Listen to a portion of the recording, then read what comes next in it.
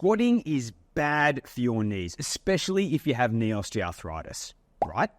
I mean, even though we do squats all the time in our daily life, surely doing squats as an exercise is bad for you, right? I'm not so sure about that, Jack.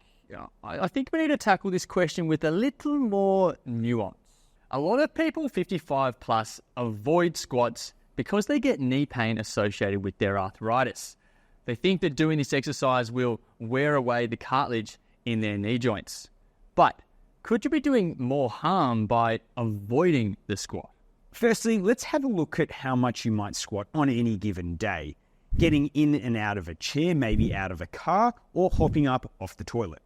Doing your gardening, bending down to plant seeds, tend to the soil, or rip up those pesky weeds. You might be playing with your grandchildren or even your pets, so you're likely going to be squatting down to their level. You might even be doing some household chores, be squatting down to the low cabinets under the sink, maybe scrubbing the floors, or even picking up some heavy buckets in that squatting motion. That's right. Or perhaps you're a keen golfer like myself and you are bending down to pick up the ball out of the hole after your 5th triple bogey of the round. Right, let's do a practical example to show you that it's almost impossible to avoid squatting. Gaz, get in and out of that chair without doing a squatting movement. Yep, go for it, mate. Yep. No squatting. Yep. Yeah, it's pretty, yeah, okay, right. Very, very hard. Now get up, and you did a squatting movement, so there you go. So does avoiding the squat as an exercise make these daily tasks harder or easier? Let's look at another example. Learning a different language can be a challenging and at times painful experience. Jack, I was in France earlier this year, and trust me, at times speaking French or attempting to was very painful. But with practice and persistence, by the end, my French was très bien. Well, the same goes for squats. They can be difficult to get started with, but once you find a good starting point, you can get stronger as time goes on, and that's going to make all of your daily tasks easier. And trust me, we understand that squatting can be a painful experience for many, but we also know that it's key to find a tolerable starting point, which we will help you to do in just a moment. Now, if you have knee osteoarthritis, you might be worried about wearing out your joint. In fact, you've probably heard the phrase wear and tear. However, our joints are not like car parts. We are biological, adaptable beings, and our knees actually like the load and compression when we exercise. It keeps our joints healthy. So rather than wear and tear, we can think about wear and repair. That's right. Now, we talked about finding a tolerable starting point, so let's do that right now.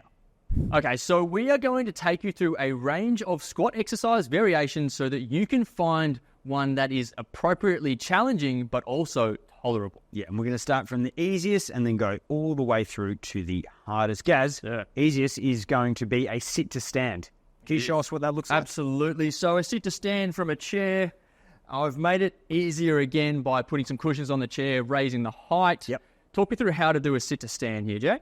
Okay, so as you said, the easiest starting point is going to be coming from a higher position, which is stacking cushions on your chair, because it might be hard, especially if you have a low chair. The other key pointers with a sit to stand is to get your feet as close as you can to the chair. Okay, so feet or heels close to the chair. Okay, that's the second point. Third point would be nose over toes. So guys, do you want to show that from a complete side-on view? Absolutely. A lot of people try to stand up, without putting their nose forward, but nose over toes. Just like that. Gaz, how can we make that slightly harder? All we're going to do is reduce the height. Beauty. Reduce the cushion. Should note as well, Jack, that if you've got the extra cushion on there and you need a bit of extra assistance, you can use your hands. So you can pop your hands on your knees. Great one. Otherwise, I'd recommend increasing the height and trying to do it with no hands before you lower that height. That's right. So if you're at this stage, you're assuming that you can do it without using your hands as well. Okay, and then we can progress to taking all of the cushions away if it is tolerable for you and doing a sit to stand just like this. So remember, feet close to the chair and nose over toes. And that is the sit to stand. Let's go to the next level, the next variation, which is a box squat. Okay. So Jack's going to perform a box squat for us here. Jack, talk me through how it's done. Yeah, so I'm squatting down with an appropriate stance for you, whatever is comfortable, and I'm just lightly touching my bottom on the edge of a chair or a box, as you can see here. But Gaz, I've got a couple of cushions there once again to change the range of movement. So I'm just doing a very shallow box squat, as you can see here. Absolutely. So the same principles apply in that the increased height of that chair or that box will make it more tolerable for you. So in order to progress, you can remove that cushion as well. Now, there are a few different forms of technique that could help you to perform the movement as well. And one of those things is your torso angle. Yeah. So you may feel more comfortable, more tolerable to perform the movement, leaning further forwards with that torso. Obviously, we have that box there, so that's going to guide your depth. So there's no concern about leaning too far over or too far back. As long as you can perform the movement and lightly touch that surface, then you'll have completed the movement. I think the stance is another good point. So some people will find sit to stand not so much, but when you're doing a squat, you have to balance a bit more. So you might find that a narrow stance is quite good for you. Guys, this is not great for me. I need a wide stance, okay? That's definitely more tolerable for me. Absolutely. So pick your stance and play around with it and find what is comfortable. Yeah, that's right. But the box squat, inherently more challenging than a sit to stand because you have to control your weight the whole way down. Though we are touching that surface, we're only doing it very lightly. So the whole way down, your muscles need to be engaged in order to control that movement. Okay, so that is the next variation, the box squat. Right, so we've put away the chairs and the boxes. We are now doing a full squat. Although we don't have to start with a full squat, do we, Gaz? No, we do not. We can start with a shallow squat, Jack. Okay. Do you want to show us what that looks like? Absolutely. So the purpose of a squat, similar to the box squat, is to lower your bottom down towards the ground. But we can just start by doing that at a very shallow depth. So just a depth which you can tolerate. Great. And to make that harder, pretty obvious, we just go down deeper if we can tolerate it. Just like that. Now, as we talked about before with the box squat, you don't have to maintain a really upright torso. In fact, some people just can't squat like that. Absolutely right. So if I were to squat with a perfectly upright torso, I'm not getting very low at all. Yeah, so that's myth number one, is that you need a completely upright torso. Lean your shoulders forward. That's absolutely fine, as long as we're still maintaining that principle of dropping your bottom towards the ground. Now, guys, there's another very pervasive myth which talks about people putting their knees too far forward over their toes. That's right. And that myth comes from the misconception that it is going to wear out your knee joint, which we have already debunked. So it is totally fine to let your knees travel as far as they can over your toes. Now, when you're doing a squat, you might feel a little unbalanced. So just check if you've got too much weight coming forwards. Maybe you're a bit more up onto your toes and you're feeling like your heels are lifting off the ground. Now, that's not dangerous or bad for your knees.